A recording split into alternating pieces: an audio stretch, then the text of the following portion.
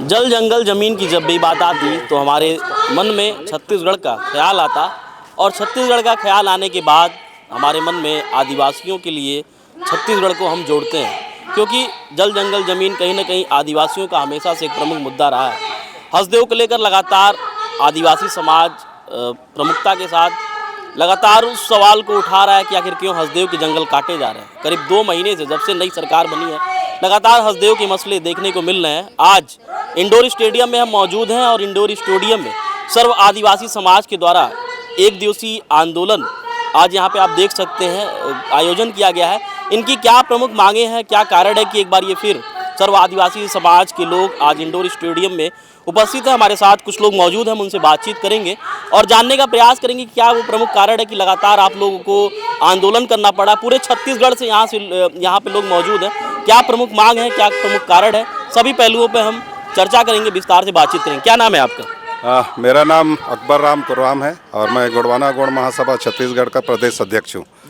आज जो आंदोलन हो रहा है उसमें प्रमुख रूप से सरगुजा संभाग और बस्तर संभाग के लोग के साथ में दूसरे प्रांत के लोग भी आए हैं, भारत के अन्य प्रांत से भी आए हैं और छत्तीसगढ़ के अन्य जिले के जो समाज प्रमुख हैं और जो सामाजिक कार्यकर्ता हैं, एनजीओ हैं, वो लोग भी आए हैं हमारे समर्थन में। आपको पता है कि हम लोग अपना हसदेव अरण्य के लिए बचाने के लिए आंदोलन बहुत पहले से कर रहे हैं। हमारी मांग जायज़ है, हमको आपत्ति नहीं है कि पहले जो खदान चल रही उसको हम बंद नहीं कराना चाहते। हमारा ये कहना है कि जो ग्राम सभा के बिना अनुमति के जो खदान चालू किया गया है, पेड़ कटाई जिसमें चल रहा है, ग्राम सभा से स्वीकृति नहीं दी गई। 23 बिंदु में प्रस्ताव पास हुआ, उन्होंने आखिरी लाइन में अपने हाथ से वहाँ के जो प्रशासन के अधिकारी ने बढ़ा दिया और उसको सहमति दिखा दिया और उसके आधार मान के कलेक्टर अंबिकापुर ने उसको स्वीकृति के लिए आगे कागज़ को फॉरवर्ड किया। हमको उसके लिए फर्जी काम किया है, उसके खिलाफ कार्रवाई किया जाए और जो कटाई है और खदान चालू ना किया जाए, ये मांग है। बाकी पूर्व में जितने खदान चल रहे हैं जिसमें ग्राम सभा की अनुमति है उसमें हमें कोई आपत्ति नहीं है। तो इसकी ये प्रमुख मांग महाफैसला कोल ब्लॉक का ही है और भविष्य में जब भी ऐसी अगर कोल खदान खुलना है तो बिना ग्राम सभा के सहमति के ना खोला जाए। अगर वहाँ के ग्रामीण सहमत हैं तो हमें कोई आपत्ति नहीं है, क्योंकि उनमें भी चूँकि हमारे देश की समस्या है, बिजली का उत्पादन करना है, रोजगार भी देना है, हमें कोई आपत्ति नहीं है, लेकिन इस ग्राम की सहमति आवश्यक है। दूसरा, जो बस्तर संभाग से आए हैं, कई जगह 20 जगह 2 साल से आंदोलन चल रहे हैं विभिन्न मांगों के लेके, लेकिन आज तक कोई प्रशासन का वहाँ कोई गया नहीं बातचीत करने के लिए। और अब जाएंगे तब तो पता चले कि उनको कहा जाता है कि आप नक्सली लोग प्रायोजित कराए हैं इनको। आप कैसे पता हो गए, आप बिना उनसे बात किए कैसे पता चले? अब नक्सल से संबंधित उनके द्वारा जो नक्सली लोग जो पर्चा फेंक के जो मांग करते हैं उसकी बात करेंगे तब आप कहेंगे कि एक बार की नक्सल सपोर्ट करते। आप जाके तो देखिए। तो हमारी मांग है कि आप वहाँ जाए, बात करें, उनकी समस्या को सुने और उनका बुनियादी जो सुविधा मांग कर रहे होंगे जिसमें स्वास्थ्य, शिक्षा, सड़क और भी होगा, उनको दूर करने का प्रयास करें। क्योंकि हम लोग भी अंदर अबुझमाड़ क्षेत्र में गए हैं गांव में, आज तक वहाँ कहने के लिए कागज़ में सब चीज़ है लेकिन हकीकत में कुछ भी नहीं है। मैं एक गांव मेड़ोनार का घटना बता रहा हूँ जो ओरछा से लगभग 25 किलोमीटर अंदर है, 3 जिला बीजापुर, सुकमा, दंतेवाड़ा का बॉर्डर में है वो गाँव। वहाँ के बच्चे लोग आज भी कैंप में रह के पढ़ रहे हैं, जहाँ आंदोलन कर रहे हैं वहाँ उनके जो गांव के जो पढ़े लिखे लड़के हैं वही लोग पढ़ा रहे हैं, स्कूल नहीं जा रहे हैं। ये आप सोचिए। और प्रशासन कहता है कि हम इस गांव के अंदरूनी क्षेत्र में हम लोग शिक्षा का विकास किए हैं करके, ये आप हकीकत मैं बताया वो वही है।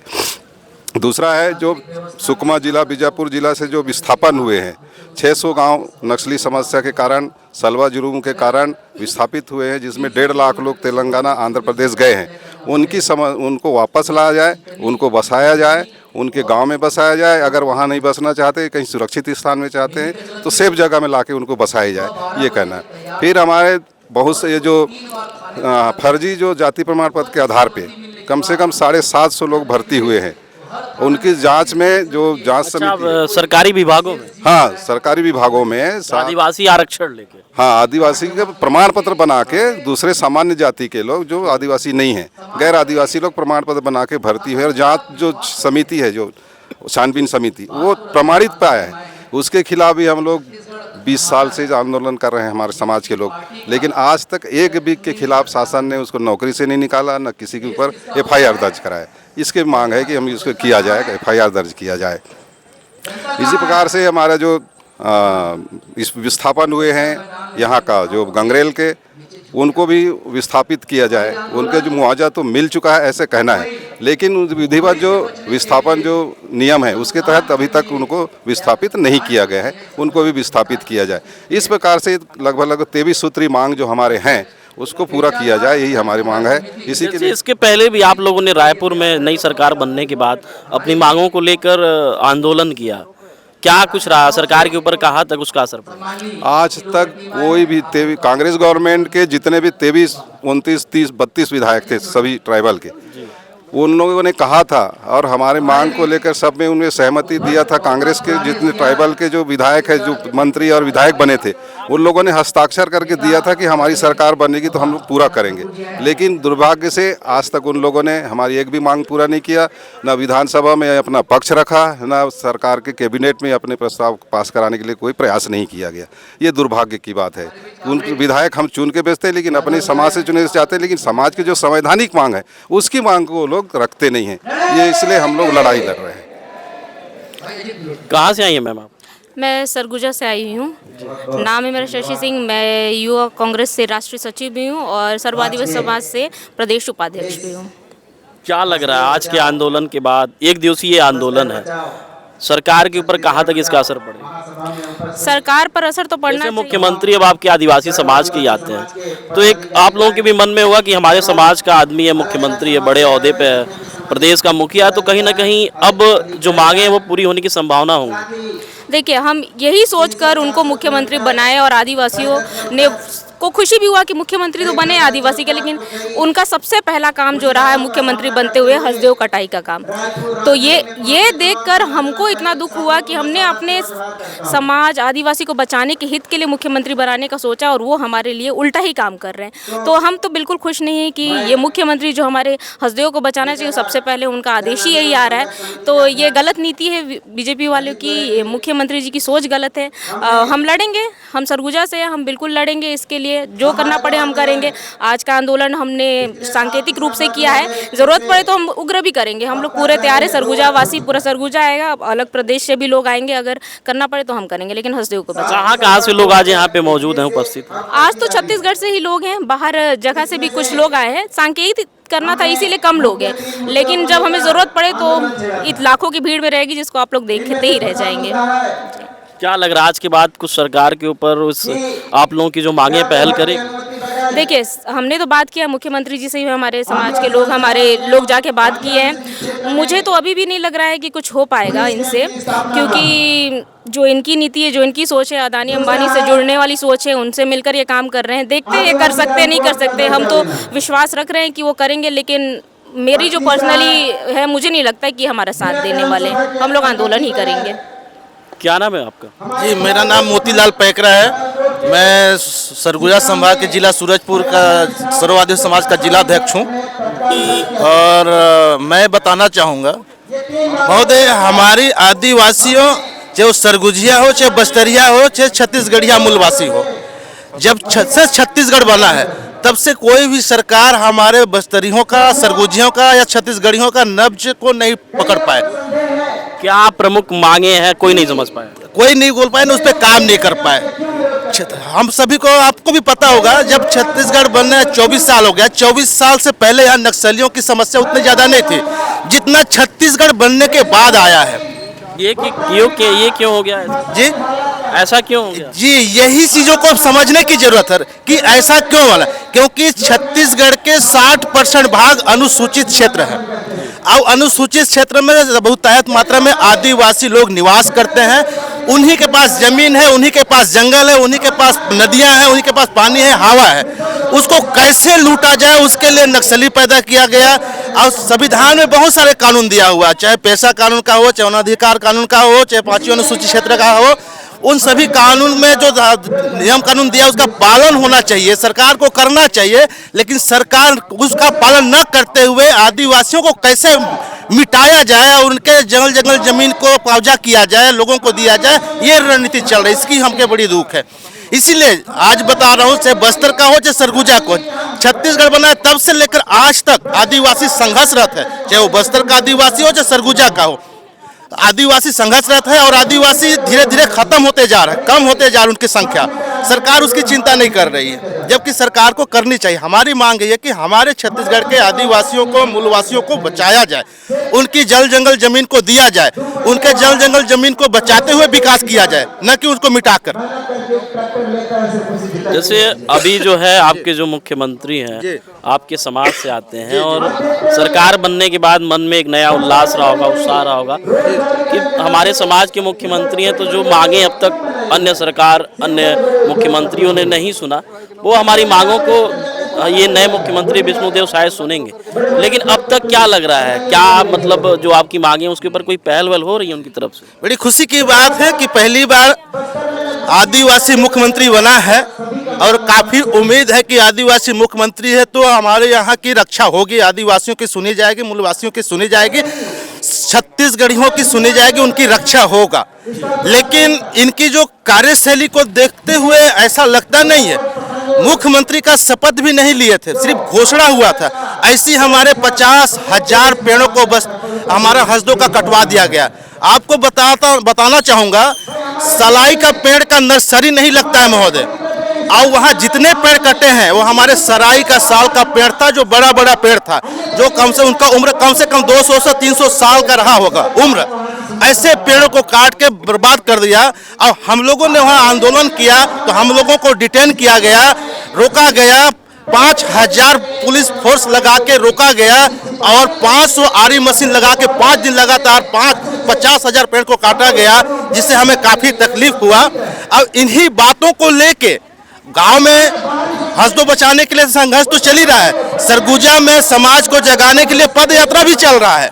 और हम लोगों ने सांकेतिक रूप से प्रदेश में विधानसभा घेराव के माध्यम से छत्तीसगढ़ के शासन और विपक्ष और प्रशासन को ये बताना चाहते हैं कि आज आदिवासियों के साथ जो अन्याय हो रहा है उसको रोका जाए, नहीं तो आदिवासी जब उग्र हो जाएगा, अपने मरने मारने पे आ जाएगा, तो फिर दुनिया का कोई ताकत नहीं रोक सकता। आप हमारे आदिवासी मुख्यमंत्री हो, आप उस क्षेत्र से आते हो, उस दर्द को समझते हो, इसलिए उसको आप समझ के हमारी जो बातें हैं उनको सुनिए और उनको तत्काल रोकने का कार्य करिए। इसलिए सांकेतिक आज धरना प्रदर्शन करके उनको आगाह कराना चाहते हैं, हमारे बातों को बताना चाहते हैं। चूंकि अभी ज़्यादा दिन हुआ नहीं, अभी अभी बने हैं, तो उनको भी थोड़ा सोचने समझने का मौका देना पड़ेगा। अगर आज आप लोगों की मांग पे पहल नहीं होती है तो पुनः आंदोलन हो सकता है? जी, आज अगर हमारे जो सांकेतिक आंदोलन है, हमारे मांगों पे अगर पहल नहीं होती है तो हम आने वाले समय में सरगुजा संभाग में, बस्तर संभाग में, रायपुर में भी बड़ा बड़ा आंदोलन करेंगे, जिसको सरकार भी नहीं रोक सकता। जब कहते हैं जब आदिवासी अपने आप पे आ गया तो दुनिया के कोई ताकत नहीं रोक सकता, जो मार देगा चाहे मिट जाएगा, ये उनके दिलो दिमाग में रहता है। तो ये हम नहीं चाहते कि ये परिस्थिति पैदा हो। हमारा आदिवासी मुख्यमंत्री बने हैं, हमें काफ़ी उम्मीद है कि वो हमारी बात निश्चित रूप से सुनेंगे, ऐसी आशा है। क्या नाम है आप? सर, सबसे पहले मैं आपके चैनल के माध्यम से छत्तीसगढ़ और मेरे देशवासी को सेवा जुहार करना चाहता हूं। देखिए, मेरा नाम है लखेश्वर कश्यप और मैं बस्तर जिला अध्यक्ष हूं आदिवासी समाज का। आज देखिए, कोई ऐसा व्यक्ति नहीं होगा कि छत्तीसगढ़ का दुख दर्द और हमारे आदिवासी को दूर तक समझता है। मैं 2 ही शब्द में सरकार को बोलना चाहता हूँ, अगर हमारा इस आंदोलन का सुनवाई नहीं हुआ, आने वाला समय में लोकसभा चुनाव है और बस्तर जिला में लगभग कई गांव में चुनाव, अभी लोकसभा का बहिष्कार करेंगे हम लोग। अच्छा, आप लोग बहिष्कार करने के मूड में? बिल्कुल सर, अब हम लोग थक गए हैं। अभी से नहीं, जब मध्य प्रदेश के साथ था तब भी बस्तर में वही स्थिति था, और जब सरकार राज्य नहीं था तब भी वही स्थिति था। अंग्रेजों के साथ भी लड़ते आए हमारे पूर्वज, आज भी वही स्थिति है। तो क्या करेंगे सर, मजबूरी है सर बहिष्कार करने का। जैसे लोकसभा चुनाव को लेकर आपने बात कहा कि अगर सरकार हमारी मांगों को नहीं मांगती है तो बहिष्कार करेंगे, इस तरीके से तो फिर हर राजनीतिक पार्टियों के लिए ये समस्या है, बड़ा सवाल है, बड़ा प्रश्न है कि जो भी यहाँ पे सत्ता में रही आप लोगों की मांगे, आप लोगों का कहना है कि जब से राज्य का गठन हुआ कोई भी मांग सरकार किसी की भी रही हो नहीं सुनी गई, तो ऐसे में किस तरीके से बहिष्कार का क्या मतलब, पूरी तरीके से चुनाव तो फिर ठप हो जाएगा? सर हम लोग देखिए, हम लोग भेजते हैं सांसद चुनते हैं, लोकसभा में जाते हैं, आम चुनाव में लोग आम समाज जाते हैं, वो हमारी बात को उठाते नहीं है सर। अच्छा, बात को नहीं उठाते? बात को उठाते नहीं है, वो बेफिजूल के बात उठाते हैं। बात उठाना चाहिए। हम भेजे वोट दिए उसी के लिए तो दिए हैं सर। तो आप लोग अपने जो स्थानीय नेता होते हैं, लीडर होते हैं, उनसे मुलाकात तो होती होगी, उनसे मिलकर नहीं कुछ कहते हैं? जी कहते हैं सर, लेकिन वही है, आज आश्वासन देते हैं, खाली आश्वासन। क्या पता उनको कौन बांध के रखा है, तो हम ये नहीं बोल सकते सर, लेकिन ना हम जब वहाँ जाते हैं उनका मुंह बन जाता है सर। जैसे आज एक दिवसीय आंदोलन है, क्या लग रहा है कि आज सरकार आप लोगों की मांगों को मांग लेगी?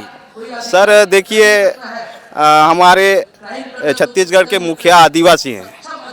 तभी मैं पूछ रहा हूँ ये सवाल, बार बार मैं ये पूछ रहा हूँ जी। हमको आप लोगों को भी उम्मीद होगी कि एक चेहरा जो है हमारे समाज का है और बड़े पद पर है, इस प्रदेश का मुखिया है, तो उसकी बात पे आला कमान जो भी होगा उस पर अमल करेगा। लेकिन ऐसा कुछ नहीं हो पा रहा है, क्योंकि जब से सरकार बनी करीब 2-2.5 महीने से मैं देख रहा हूँ कि लगातार आपके समाज का हर सप्ताह करीब आंदोलन चल रहा है रायपुर में। जी सर, अब ये अपना स्टार्ट हो गया है सर। अगर यहाँ से सुनवाई नहीं होता है तो आने वाला समय में लोकसभा भी है और आने वाला समय में नगर पंचायत है, सरपंच चुनाव है, ये सब बहिष्कार हो जाएंगे हमारे बस्तर में। मतलब पूरे चुनाव को ही बहिष्कार कर जी, कोई मतलब नहीं है सर। यहाँ पे क्या करेंगे वोट दे के भी? हमारा न्याय नहीं होगा, लड़ते ही रहना है, तो क्या मतलब है बताइए ना। रावघाट क्या प्रमुख मांगे हैं? हमारे मांग है कि हम लोग का जो बस्तर क्षेत्र में जो भी खदानों का जो वो हो रहा है, निजीकरण हो रहा है, लूटा जा रहा है जिस तरह, उसी को यहाँ हम लोग रखने आए हैं। कितने दिन का ये आंदोलन है? हमारा तो बहुत साल से आंदोलन चल रहा है, क्योंकि हमारा क्षेत्र वो है खदान, लोहा खदान का क्षेत्र है। वहाँ पे सरकार बिना ग्राम सभा के, मतलब लोहा खदान को, वहाँ के उस क्षेत्र के लोगों को बिना पूछे ज़बरदस्ती का पुलिस फोर्स लगा करके खुदाई करके मतलब लूट के ले जाना चाहते हैं। इसीलिए हम लोग उस मुद्दा को लेकर के हम लोग यहाँ पर आए हैं। कहाँ से आए हैं? मैं रावघाट से आया हूँ। रावघाट संघर्ष समिति का अध्यक्ष हूँ। क्या प्रमुख मांगे हैं आज? आज जो हमारे जो जितना भी बस्तर के हैं, चाहे हसदेव का है, जो मुद्दा है कि आज बस्तर में देखो कई लोगों को बेगुनाह पे जो सरकार पुलिस फोर्स भेजकर उसको हत्या किया जाता है, वो सरासर झूठ है। और उनको क्या बोलती है कि आज हम लोग 5 नंबर का 10 नंबर का एक नक्सली कमांडर मारा गया करके, ये सरासर झूठ है। जैसे हमारे रावघाट में कल की घटना है कि 2-3 लोगों को मारा गया, वो भी सरासर झूठ था, क्योंकि उन लोग कहीं भी जंगल में मिले तो उसको सीधा मतलब गोली चला देते हैं कि नक्सली मारा गया करके, अपना नौकरी आगे बढ़ाने के लिए। ये ऐसा सरकार को नहीं करना चाहिए। जबकि इस हमारे छत्तीसगढ़ में जो सरकारें जो भी बनती है स्वयं ऐसी करते जा रही है। इसीलिए आज हम लोग उस रावघाट से लेकर, उस बस्तर से लेकर, उस हसदेव से लेकर हम लोग आज इस धरना स्थल पे आज एक दिन की धरना पर यहाँ आए हुए छत्तीसगढ़ रायपुर में। और सारे सर्ववादी आदिवासी समाज के लोग यहाँ पर। कहाँ से लोग आए हैं? सुन रहे हैं कि अलग राज्यों से भी, अन्य राज्यों से भी आए हैं। नहीं, इसमें पहली है अपने छत्तीसगढ़ के ही लोग हैं, अलग अलग जिला से हैं। जितने भी जहाँ कोयला खदान है, खदानें हैं, लोहा की खदानें हैं, बस्तर की लोग हैं, यहाँ पर आए हुए हैं। क्या लग रहा है सरकार आप लोगों की जो मांग है उसको उस पर पहल करेगी? ये तो सरकार तो पहले भी थी, क्योंकि केंद्र में पहले से इस सरकार ने है, आज तो छत्तीसगढ़ में आई है। लेकिन फिर भी जब छत्तीसगढ़ में जैसे आई वैसी ही मतलब ना लगातार घटनाएं होते जा रहा है। ये मेरे को ये लगता है कि ये बिल्कुल ही मतलब नहीं कर सकती हमारा समाधान, क्योंकि अगर मतलब वो चाहती है तो फिर हमारी बात सुनना पड़ेगी। ये हमारे जितने भी ग्राम सभाएं हैं, गांव के लोगों की बात को सुनना चाहिए। आप कहाँ से हैं? मैं सरगुजा से हूँ, हसदेव क्षेत्र से। क्या प्रमुख मांगे हैं? जी, हमारी प्रमुख मांग है हसदेव के क्षेत्र में जितने भी जंगल क्षेत्र में जो कोयला खदान है वो निरस्त हो। जंगल क्षेत्र में जो कोयला खदानें निरस्त हैं। जी जी, वहाँ पे क्योंकि आदिवासी निवासरत हैं, जीव जंतु निवासरत हैं, वो क्षति ना हो।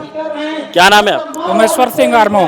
कहाँ से आए? मैं हसदेव से आया हूँ, हसदेव अरण्य बचाओ संघर्ष समिति का संयोजक हूँ। और हम लोग जो सर्व आदिवासी समाज के द्वारा जो एक दिवसीय धरना के लिए बुलाई गई थी, उस आह्वान में हम लोग रायपुर आज आए हैं। क्या लग रहा है, सरकार आप लोगों की मांगों को मानेगी? देखिए, सरकार को क्या लगे न लगे, हम जो बात कर रहे हैं, हमारी जो मांगे हैं वो संवैधानिक है। अगर ऐसे संवैधानिक बातों को सरकार नहीं सुनती है तो जरूर वो अन्याय की ओर जा रही है। हम कहते हैं कि जंगल हम बचा रहे हैं, हम न्याय में चलने के लिए बात कर रहे हैं और सरकार उसको मानती नहीं है, ग्राम सभा नहीं मानती है, फर्जी कराती है, तो आप समझ सकते हैं कि सरकार किसकी है। हम कहते हैं कि सरकार हमारी है या अडानी की। यदि अडानी की है तो कानून नहीं मानेगा, यदि पब्लिक की है तो कानून मानेगा। और हम जिस प्रकार से जो हसदेव की मामला है, हसदेव में फर्जी ग्राम सभा करा करके जंगलों की कटाई की जाती है, भूमि अधिग्रहण किया जाता है। 2 साल से 700 दिन से हम लोग वहाँ धरना में बैठे हुए हैं और कहा ये रहे हैं कि जो फर्जी ग्राम सभा हुआ है उसकी जांच होनी चाहिए। राज्यपाल के द्वारा लेटर लिखा गया कि जांच होनी चाहिए, आज तक जांच नहीं हुआ। और जैसे सरकार बदली तो आप लोगों को ये उम्मीद रहा होगा कि ये जो सरकार है और खास करके हमारा जो मुखिया है वो हमारे समाज से आता है, तो कहीं ना कहीं अब जो हमारी मांगे हैं, जो जायज़ मांगे हैं, वो अब पूरी होंगी, लेकिन ऐसा कुछ देखने को नहीं मिल रहा। हम ये कह रहे हैं, सरकार के अंदर में हसदेव को अन्य खदान से बचाने के लिए संकल्प लिया गया, उस संकल्प का पालन करे सरकार। जो सरकार वहाँ निर्णय लेती है कि कोई खदान अन्य नहीं होगा और वही खदान यदि वह खुलवाने के लिए सरकार चलती है तो फिर ऐसे आदिवासी नेतृत्व की सरकार का क्या मतलब? अरे आप जो वहाँ प्रस्ताव पारित किए हैं विधानसभा में, उसका पालन करना होगा। यदि उसका पालन नहीं करेंगे तो आपके ऊपर विश्वास उठ जाएगा और आपको भरोसा नहीं करेंगे, फिर किस मुख से आप कानून का बात करेंगे आप? ये है बात। कहाँ से आए? मैं कांकेर जिले के पखांजूर ब्लॉक के बेचाघाट से आया। क्या प्रमुख मांग है? जी देखिए, हमारे यहाँ बेचाघाट में जो है, कांकेर जिला का बेचाघाट ये जो एक गांव पड़ता है, वहाँ हमने पिछले 2 साल से लगातार आंदोलनरत है। अभी भी पिछली सरकार बदल गई, अब नई सरकार आ गई, फिर भी हमारी मांग पूरी नहीं है। फिर भी हम लगातार अभी अपने आंदोलन को है जो जारी रखे हैं। क्या लग रहा है, मांग पूरी होगी? मांग पूरी नहीं होती है तो जिस तरह से कांग्रेस सरकार को यहाँ से मांग पूरा ना करने का खामियाजा भुगतना पड़ा, उसी तरह इस बीजेपी सरकार को भी पड़ेगी।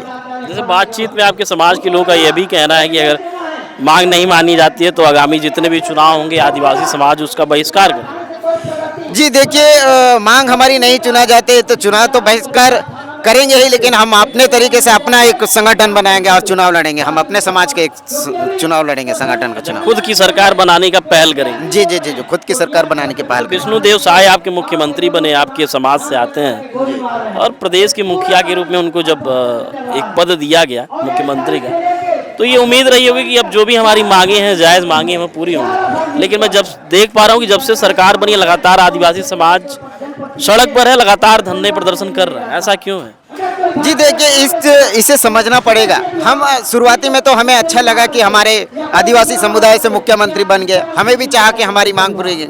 लेकिन जिस तरह से हम कैसे अभी बोल सकते हैं कि आदिवासी समुदाय का एक मुख्यमंत्री है जो हमारी बात को सुन सकता है, और हम आज क्यों हमारे प्रदेश में ये हो रहा है कि हमारे आदिवासी मुख्यमंत्री होने के बावजूद भी हमें रोड में उतरना पड़ रहा है। लगभग बस्तर में 30 जगह आदिवासी समुदाय के लोग हैं, युवा हैं, अपने अपनी अलग अलग मांगों को लेकर आंदोलनरत है, आज भी है।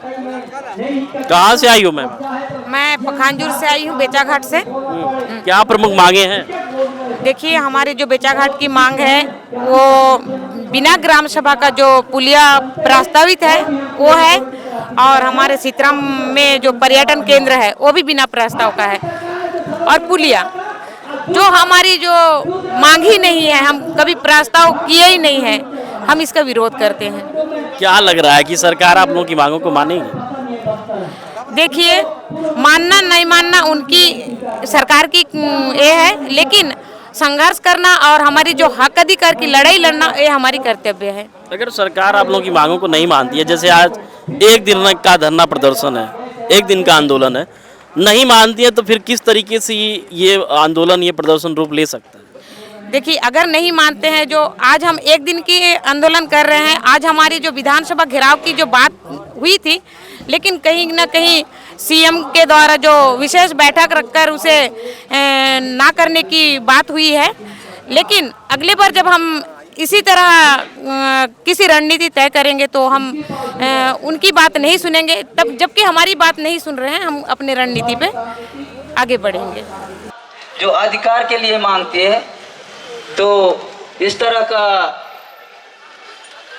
जो मुलाकात किए 2-3 बार, तो तब हम वो जो श्रृंगार घटना के संबंध में जो सुप्रीम कोर्ट से भी पूरा जज हो के आ गया, हाई कोर्ट से आ गया, इस तरह का जो घटना घटती है, क्योंकि आज तक उसको कोई कार्रवाई, कोई मुआवजा, कोई नौकरी इस तरह का नहीं देता है। क्योंकि जब इतना बड़ा घटना हुआ है, कानून के दायरे में जब लिख के लेके जाते हैं तो ये इसका भी कुछ मान्यता इस तरह का मतलब सोचना चाहिए।